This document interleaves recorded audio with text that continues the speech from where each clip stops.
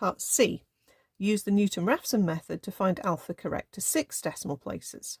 Okay, so this is just an alternative process.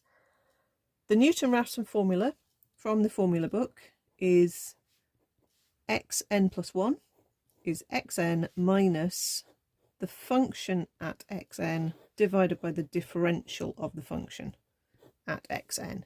So we definitely need to differentiate our f of x.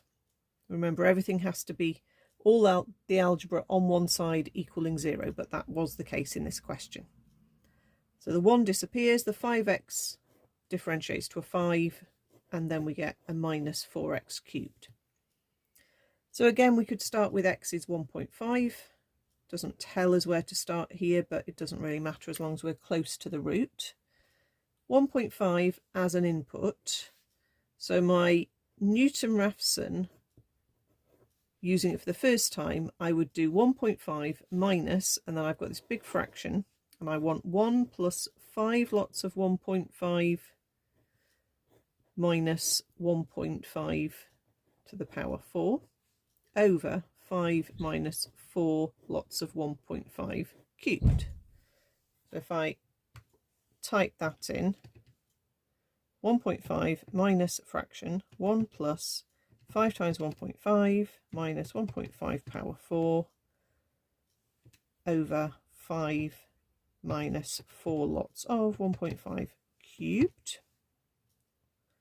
Obviously, if my numbers were decimals, I'd use more brackets. So that gave me 1.904411, etc. So I need to use Newton-Raphson again, and I'm going to set my calculator up so it can get to the root without having to retype the calculation loads of times. So I'm going to type it in as answer minus, and then a big fraction, 1 plus 5 times answer minus answer to the 4 over 5 minus 4 times answer cubed. Okay, so without clearing anything, I'm just going to start typing the calculation. Answer minus fraction 1 plus 5 times ants minus ants power 4 over 5 minus 4 times answer cubed. So I can start recording these. That's a 2, 3, 0, 5, 1, 5, 5. And again, I don't really have to write all of these decimals down. I just need to keep going until I get the answers settled down to 6 decimal places here, which hopefully isn't going to take too long.